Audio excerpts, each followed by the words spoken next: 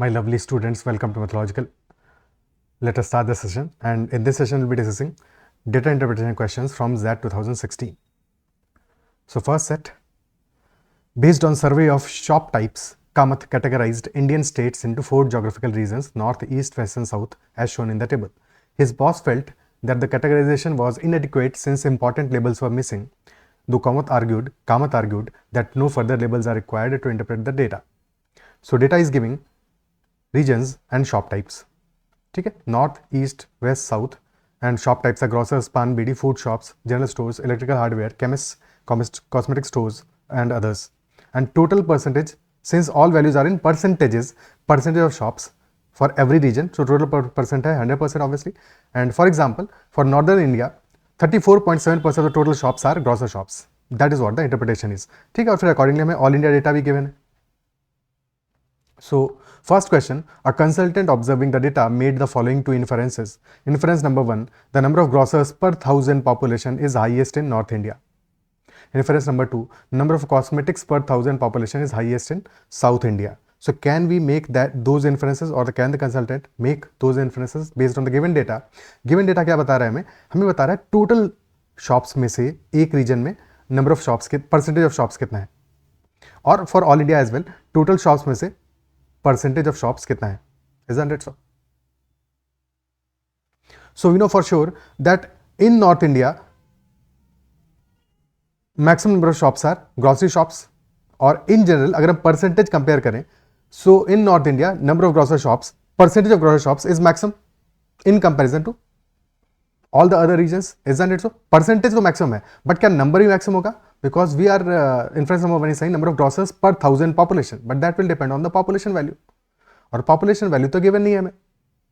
ठीक है, we have no idea about the population. So since population value is not given, so we cannot conclude inference number 1 cannot be concluded without that data. Inference number 2, since that is also about per 1000 population, so that can also not be concluded. So we cannot conclude any of the inferences. ठीक है, that is for sure. क्या clear है? Because population नहीं given है, और population पे depend करेगा. For example ऐसे समझो, लेट अस से नॉर्थ इंडिया में देयर आर 34.7 कह रहा है, 347 are grocer shops in total. Total shops 1000 मान लेते हैं, रैंडम वैल्यू है. ठीक है, so 347 are grocer shops, and in comparison, क्योंकि कह रहा है मैक्सिमम है नॉर्थ इंडिया में, इन कंपैरिजन लेट अस से वेस्ट इंडिया में we have total 322 shops, grocer shops, और टोटल शॉप्स 1000 है. ठीक है, टोटल शॉप्स हमने इक्वल रख लिया, बट अगर पॉपुलेशन लेटर से नॉर्थ इंडिया में है हमारा 40 CR and that population in west India is 30 CR, so per 1000 population कहां पे होगा? ग्रोसर स्टोर ज्यादा, definitely that will be higher in west India and lesser in north India. So that is why the data on population is important, because उसके बिना हम कुछ भी conclude नहीं कर सकते. ठीक है, but there is another important option, option D should be the answer as per this. ठीक है, option E is also there which is saying inference 1 will be correct only if inference 2 is correct. So option E को भी observe करते हैं. Let us say we assume कि inference 2 is correct. ठीक है, assume कर लेते हैं inference 2 correct है, which is saying that number of cosmetic shops per 1000 population is highest in South India. तो cosmetic shops का percentage हमारा population per 1000 population cosmetic shops हमारी maximum है, और percentage wise these values are given 3.8, 3.9, 3.6 and 3.3. But in absolute terms per 1000 population में cosmetic shops are highest in South India. So if similar percentage values were given, let us say for grocery shops as well, similar percentages होते तो may be हम conclusion draw भी कर पाते, but different है यहाँ पे.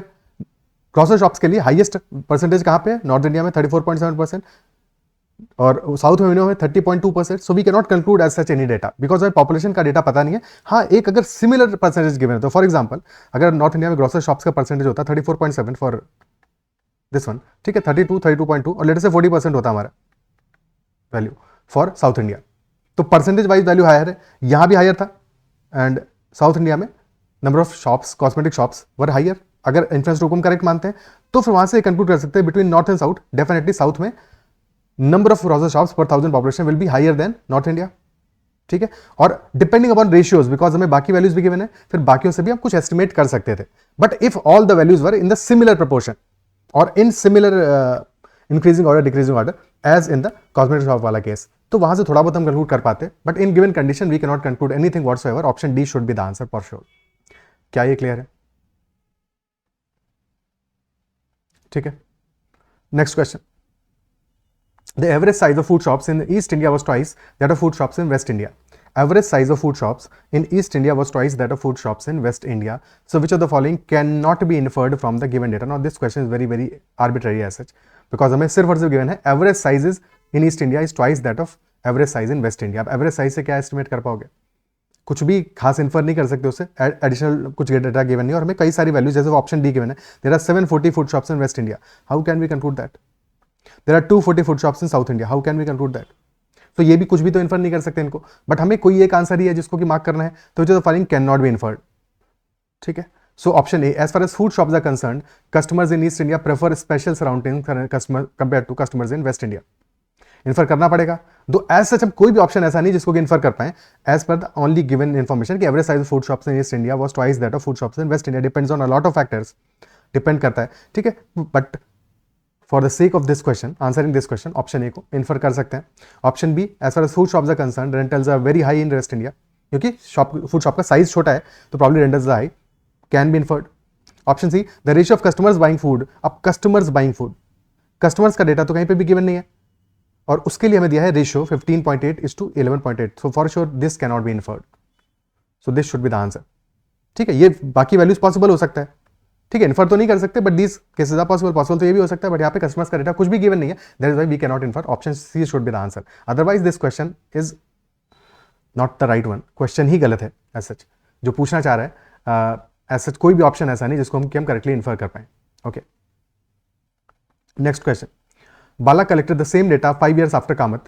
Using the same categorization, his data is presented below. Which of the following statements are can definitely be concluded? Definitely be concluded. ठीक है, so क्या हुआ, डेटा हमारा चेंज हो गया.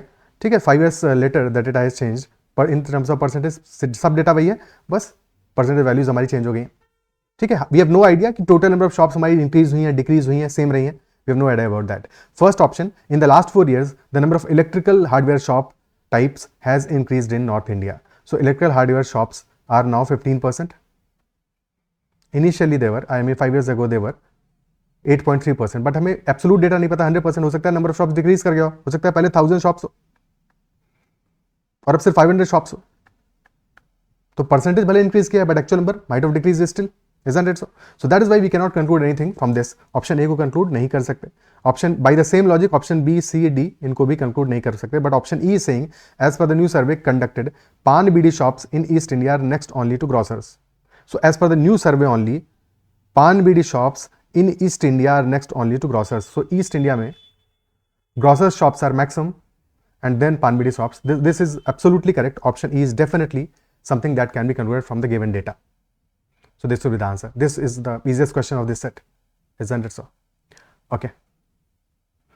Okay. Next question. The graph depicts the last 8 years annual salaries in lakhs offered to students during campus placement. Every year 100 students go through placement process. However, at least one of them fails to get placed. The salaries of all unplaced students are marked 0 and represented in the graph. अब graph हमें क्या दे रहा है data? Graph में top 25 salaries are marked by these. ठीक है, bottom 25 salaries are marked by these. और ये वैल्यूज क्या है? 0, 5, 25. This is salary in lakhs. Okay, these are salaries in lakhs. This is bottom 25. Then 26 to median salary. Then 51st to 75th और top में है top 25. So basically for the bottom 25 is at the bottom. Above that it is from 26 to 50. Number of students जो है हमारे 26 से 50 उनका salary. Then from 51 to 75. And finally from 76 student to 100 student का placement. ठीक है, टॉप स्टूडेंट्स. ओके, क्लियर है? और this value right here, this is the median salary. Median salary, the salary exactly in the middle when we are ordering the salaries in the increasing order.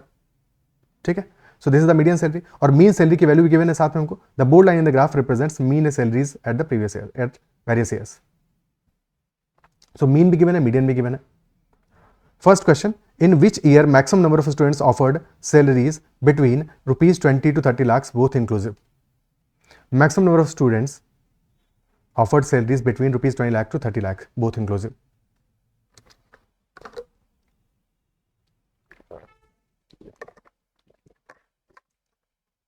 एक random example लेते हैं, because question में हमें ये तो पता है कि फॉर एग्जाम्पल एक हमने ब्रैकेट चूज किया, let us say we have chosen this bracket.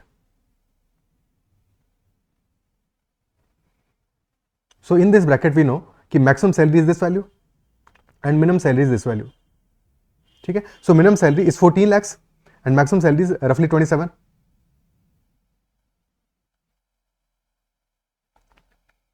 Minimum is 14 lakhs और मैक्सिमम सैलरी इज 27 lakhs.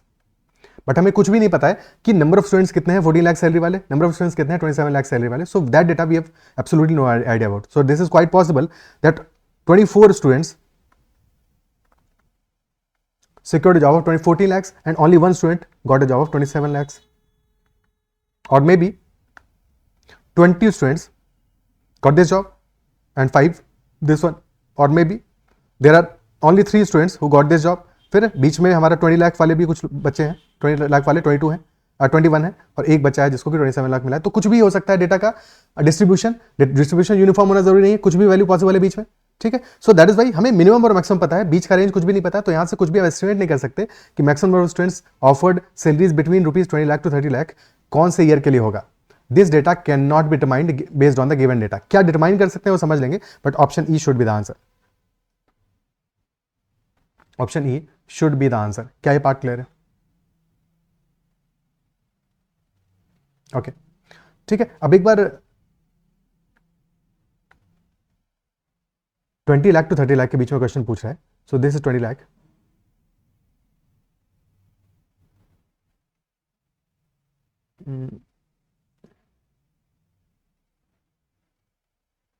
ठीक है, दिस इज 20 लाख का लाइन और सिमिलरली 30 लाख.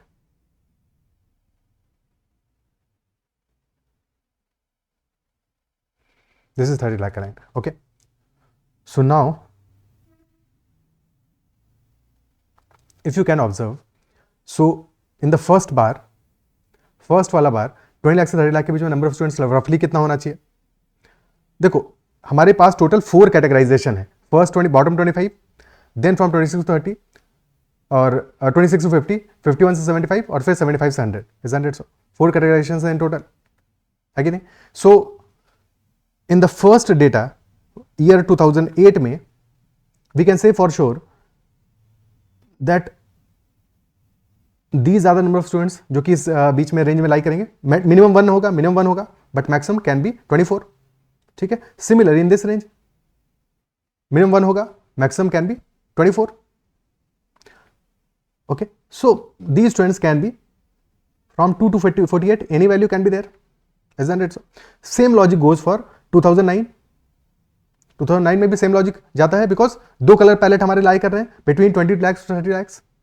2010 में एक पूरा कलर पैलेट तो पूरा ही लाई कर रहा है यहां पे.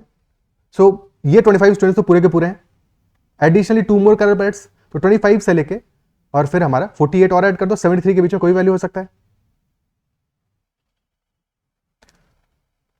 Okay, same logic here for 2011. 12 में भी ऑलमोस्ट एक कलर पूरा लाई कर रहा है, तो यहां भी तुम्हारा 25 से लेके और फिर 49 तक कुछ भी वैल्यू हो सकता है. So accordingly you can understand कि वैल्यूज वेरी कर सकता है. कौन सा ईयर आंसर होगा वी कैन नॉट डिफाइन, तो ऑप्शन ई आंसर हो जाएगा. बट जस्ट इन केस अगर हमारे पूरे कलर पैलेट्स कहीं पे फॉर एग्जांपल कहीं पे हमारे 2 कलर पैलेट कंप्लीटली होते हैं इनसाइड दिस रेंज, तो वहां पे हमें फॉर श्योर पता था कि 50 से ज्यादा बड़ा नंबर होगा, 50 से डेफिनेटली ज्यादा बड़ा नंबर होगा. फॉर एग्जांपल हमें इन 2 ईयर्स में 2010 में पता है कि एक पूरा कलर पैलेट लाई कर रहा है और 2012 में भी एक पूरा कलर पैलेट लाई कर रहा है, तो मिनिमम 25 स्टूडेंट्स तो होंगे ही होंगे which are between rupees 20 lakh to 30 lakh. Okay, but कहां पे मैक्सिमम होगा कहां मिनिमम होगा that we can not determine, hence answer will be option E only. Next question, identify the years in which the annual median salary is higher by at least 60% than the average salary of the year. Median salary is higher by at least 60% than the average salary. Average salary given है हमें by the board line, ठीक है, और median salary तो हमारा for example this is the median salary here, this is the median salary, this is the median salary. this one, this value, this value, no, ये गड़बड़ हो गया.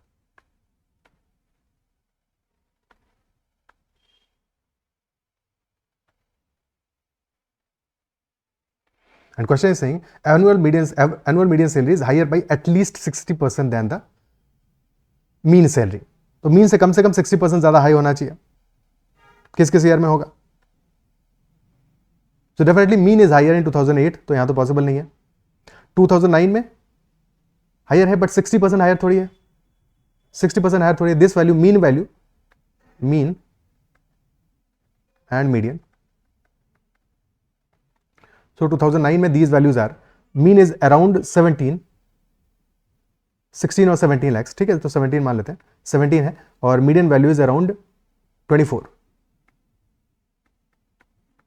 So only 40% higher है रफली. So will not be included. 2010 में higher है, but बहुत slight value, बहुत कम हायर है, ऑलमोस्ट 15%, 10 to 15%. और फिर तो लोअर है हमारा 2011 में. ठीक है, 2012 में this value is around 10 and this value is around 20 something. 10 है और 20 समथिंग है, but definitely median is a lot higher, तो this year should be included. 2013 में मीडियन हायर है, बट बहुत स्लाइटली हायर है, अगेन नॉट बी इंक्लूडेड. 2014 में this value is around,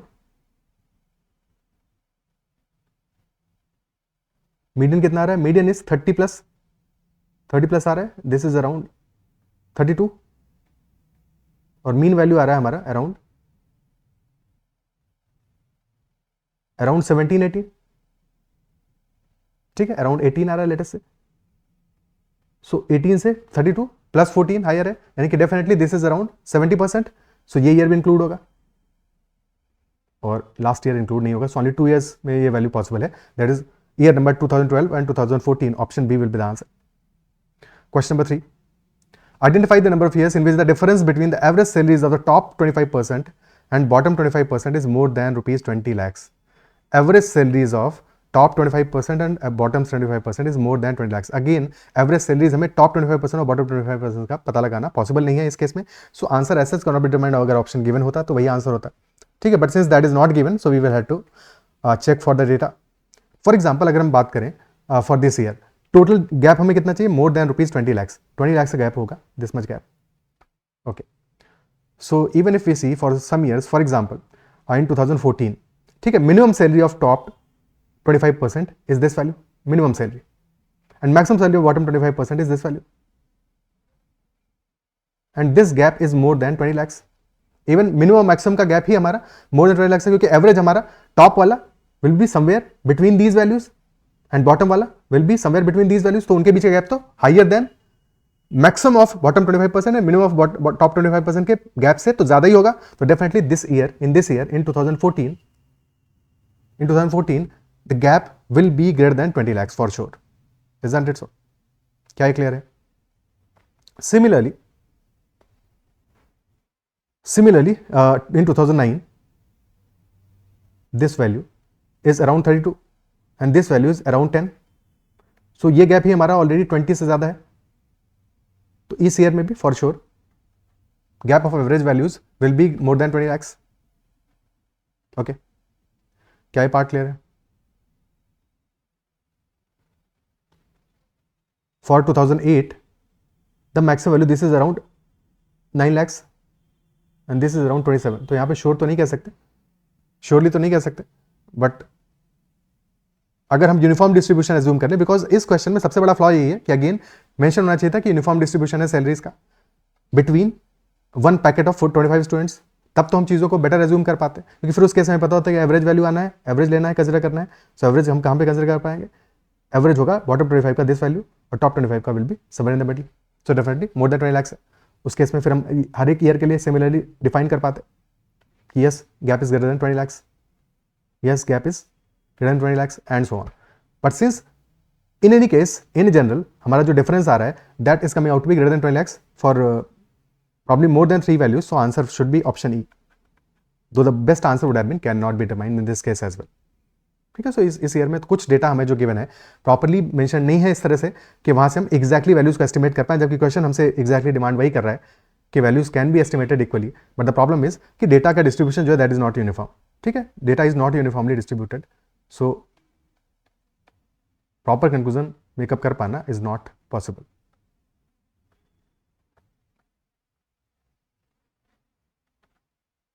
but exam में क्वेश्चन आएगा तो तुम्हें वैसे ही फिर एज्यूम करना पड़ेगा उस केस में।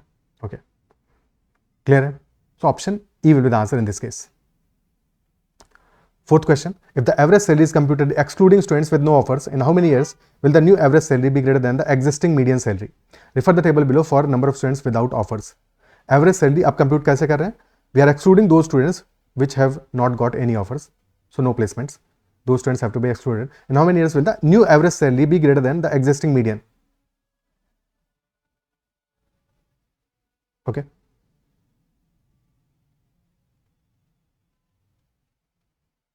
Clear है?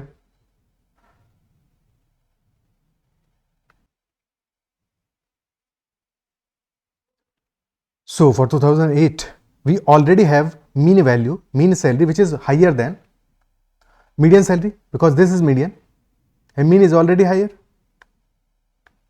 ठीक है, so even when we are going to remove number of students without job offer, जब उनको रिमूव कर देंगे तब तो फिर हमारा मीन और इंक्रीज करेगा, बट ऑलरेडी हायर है। So if this is already higher for 2008 तो फिर बाद में भी इंक्रीज करेगा, इंक्रीज करके फर्दर आया होगा, कैलकुलेट करने की जरूरत नहीं है। ठीक है, 2009 में this value is median value और मीन हमारा लोअर है और there are 5 students who are unplaced total 100 में से। सो हमारा मीडियन पे फर्क क्या पड़ेगा, मीन पे फर्क क्या पड़ेगा? मीडियन तो हमारा इन एनी केस मीडियन तो पुराना वाला ही लेना है। सो मीन पे फर्क क्या पड़ेगा? Initially mean value is around 16 lakhs multiplied by 100 students का एवरेज है, तो इनटू 100 कर दोगे, सम आ जाएगा, डिवाइड बाई 95 करोगे क्योंकि 5 स्टूडेंट्स का हम रिमूव करेंगे नंबर। ठीक है, सो टोटल सम होगा 16 lakhs into 100 divide by 95। So almost रफली हमारा 5% से सैलरी इंक्रीज करेगा। So still this will be lower than the median salary. For 2010 data is 20 students were unplaced. ठीक है, मीन की वैल्यू यहां पे है, दिस इज मीडियन। ठीक है, सो हमारा टोटल सैलरी क्या हो जाएगा? Now initially this is around 20 or 21। ठीक है, so if this is around 20 lakhs into 100 by 80 हो जाएगा। सो दिस विल बी रफली 25 greater than the median salary. So यहां भी हमारा इंक्रीज कर जाएगा। ठीक है, अब 2011 में भी ऑलरेडी हमारा mean salary is higher, already higher है, तो after removing the unplaced students higher ही रहेगा, तो 3 years तो ऑलरेडी आ गए। For 2012 this is our mean का वैल्यू और only 2 students have to be removed out of 100, तो इंटू 100 by 98 करोगे, जिससे कि बहुत स्लाइट इंक्रीज आएगा। सो यहां पे तो नहीं काम बनने वाला। 2013 में this is the median value, this is mean value. ठीक है, सो अराउंड 1 to 2 lakhs का डिफरेंस है और हम कितनों को रिमूव कर रहे हैं? 4 स्टूडेंट्स को, तो इंटू 100 by 96 होगा। बट ऑलरेडी जो मीन वैल्यू है दैट इज अराउंड 15 lakhs है। ठीक है, अराउंड 15 lakhs लेटर से, तो 15 इंटू 100 by 96 करोगे तो this will still be less than 16, still be less than 16, बहुत ज्यादा इंक्रीज नहीं आएगा। सो that is Y still this will be lower than the median one. और यहां भी काफी डिफरेंस है, ओनली 15 स्टूडेंट्स वर अनप्लेस्ड और गैप हमारा अच्छा खासा है, ऑलमोस्ट डबल करना पड़ेगा सैलरी को। सो यहां भी mean will still remain less than median and in the same case 2015 में भी ओनली 2 स्टूडेंट्स वर अनप्लेस्ड, तो इंटू 100 by 98 करने वालोगे वो करोगे तो ओनली रफली 2% का इंक्रीज आएगा। So this will still be less than the median value. So only for 3 years 2008, 2010, 2011 the mean salary will be greater than the median salary. The new mean salary will be greater than median salary. तो option A will be the answer, which is 3. क्या है part clear है? ठीक है, so answer will be option A. So that's all about questions from ZAT 2016. And if you have liked the session, then make sure to hit the like button. If you have any questions in any particular question, then make sure to mention that in comments as well. That's all. Bye bye. Take care and keep learning.